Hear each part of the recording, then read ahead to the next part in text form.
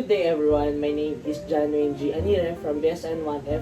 So today I will show you how the therapeutic position is how to be done. So first is assessment.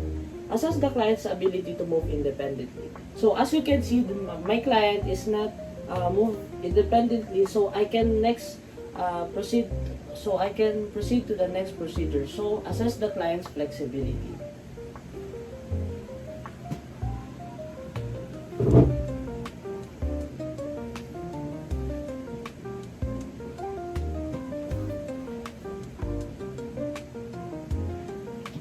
So after that, assess the client's age, medical diagnosis, cognitive status, skin integrity, nutritional status, constituents, altered sensation, as well the overall condition of the musculoskeletal system. So after that, assess for presence, tubes, incision, or end equipment. So as you can see, my patient have no incision, tubings, or equipment.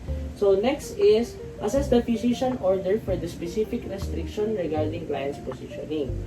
So for the planning, gather all necessary equipments like pillows, roll blankets or towels, footboard and heel protectors, throw counter rolls, hand rolls, and gloves. So after that, raise level of bed to a comfortable working height, like this one.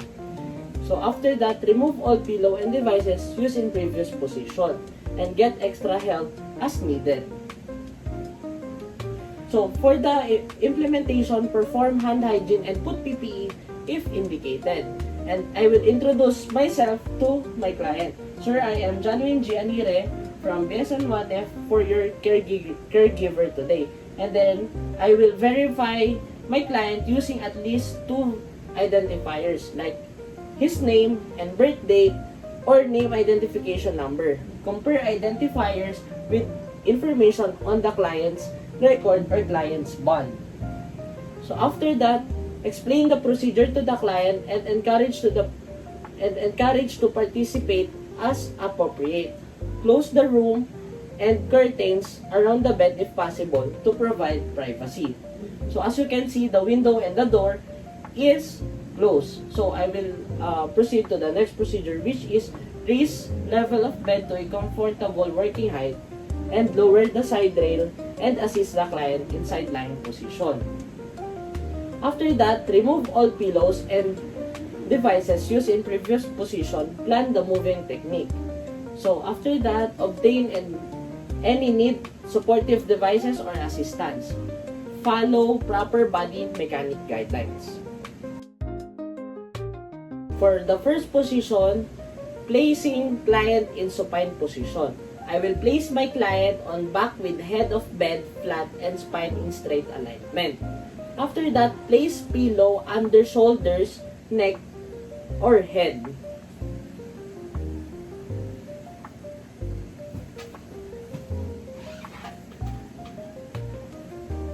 So after that, places pillow under pronated forearm, keeping upper arm parallel to client's body.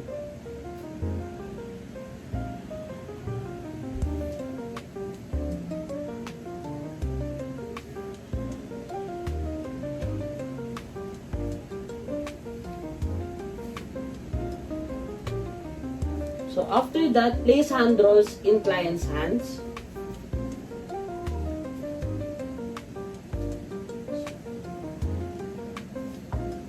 So place small roll tower under lumbar area of back.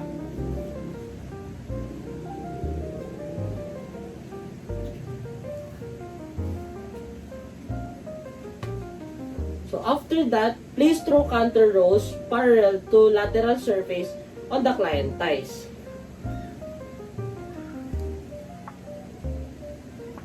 So after that, place footboard or firm pillow against bottom of client's feet against toes point, position feet with toes pointed upwards.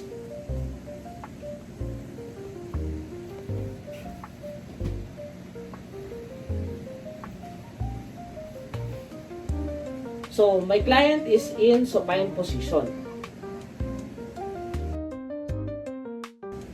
So For the next position is dorsal recumbent position. Before I proceed to dorsal recumbent position, I will remove the previous pillow and throw counters or hand-rolled towels before I proceed in dorsal recumbent position.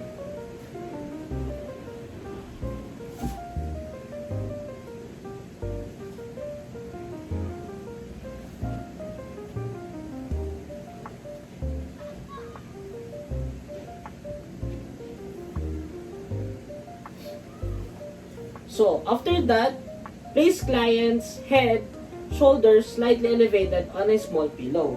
So, as you can see, I'm not removing the previous pillow before because my client needs a small pillow. And then, the forearms may be elevated on the pillows or placed on the client's sides. After that, raise the patient's knees and separated legs.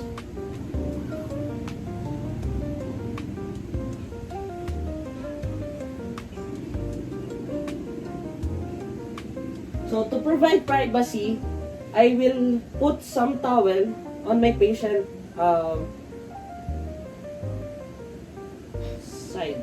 Like this one.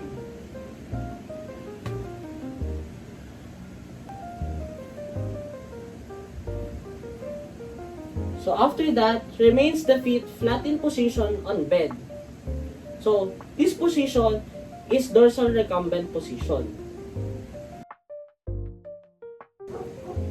Okay, for the next position, placing my client in Fowler's position.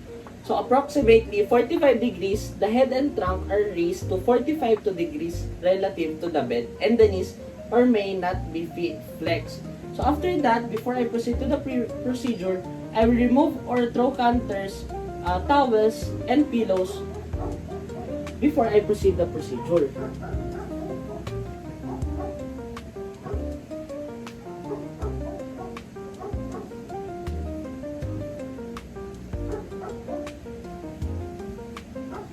Okay, I will place my clients on 45 to 60 degrees to the bed and the knees or maybe not be flexed.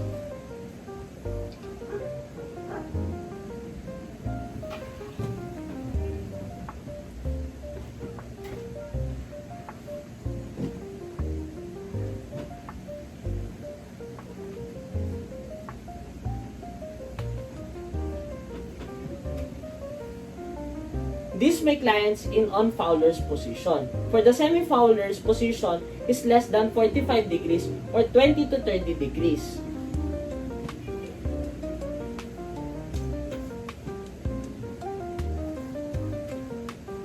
My client is on semi-Fowler's position. So, next is high Fowler's position.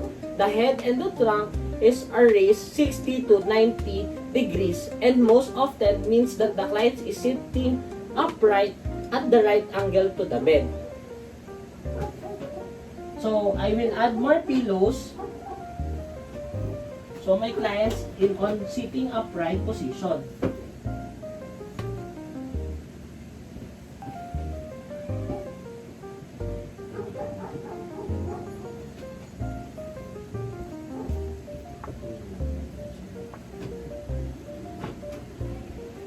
My client is on high Fowler's position. So after the high Fowler's position, I will proceed to the orthopnic position. So have the client sit either in a bed or on the side of the bed with an overbed table across his lap. So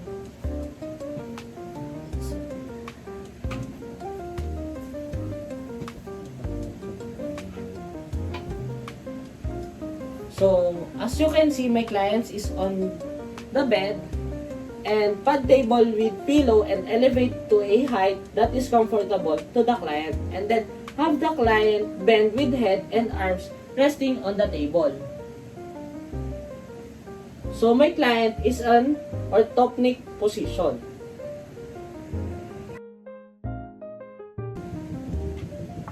Okay, for the next position is lateral side-lying position. Position the client on the side with head supported on a low pillow. Before that, I will place my client on a low pillow.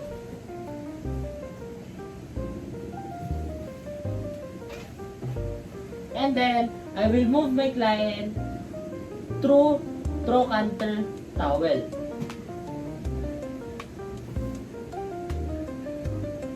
And then, I will tuck a pillow on the back of the spine of the patient.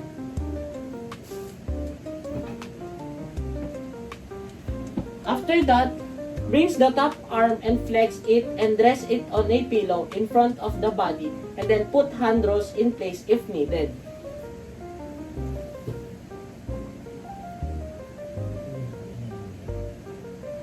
After that, place pillow lengthwise under the top of the leg.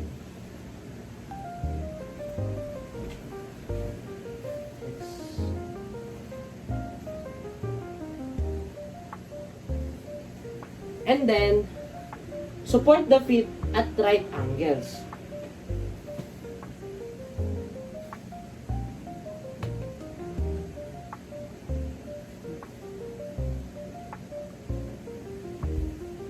This position is side-lying position. For the next position is prone position. So position the client turning him onto the abdomen.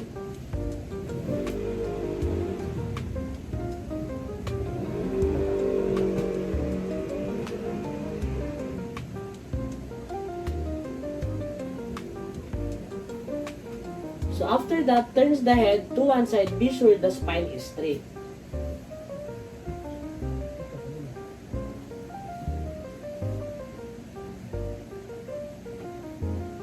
So after that, place a folded towel under each shoulder.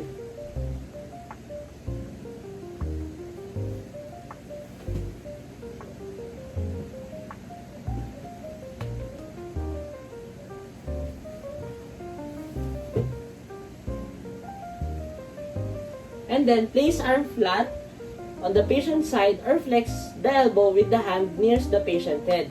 And then place hand rolls if needed. So I will place hand rolls on my patient hands.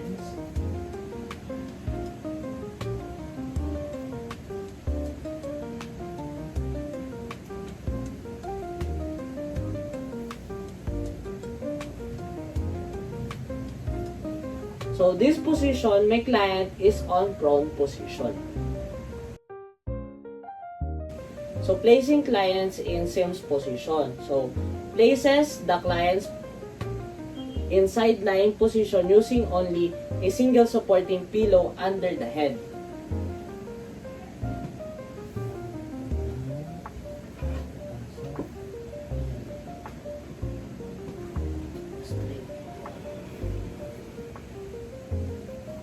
And then after that, turns the head to one side and be sure the spine is straight.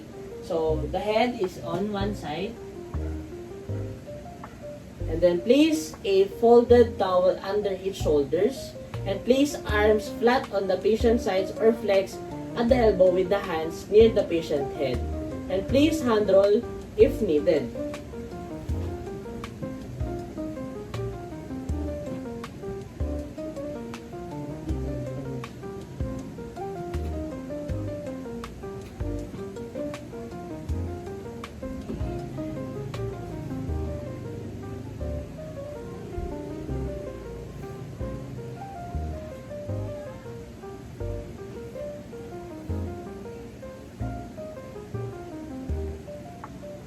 After that, position the client's feet beyond the end of the mattress or between the mattress and footboard. Use a trochanter roll under ankles or pillow under the legs. So, I have no trochanters. I will use pillows instead.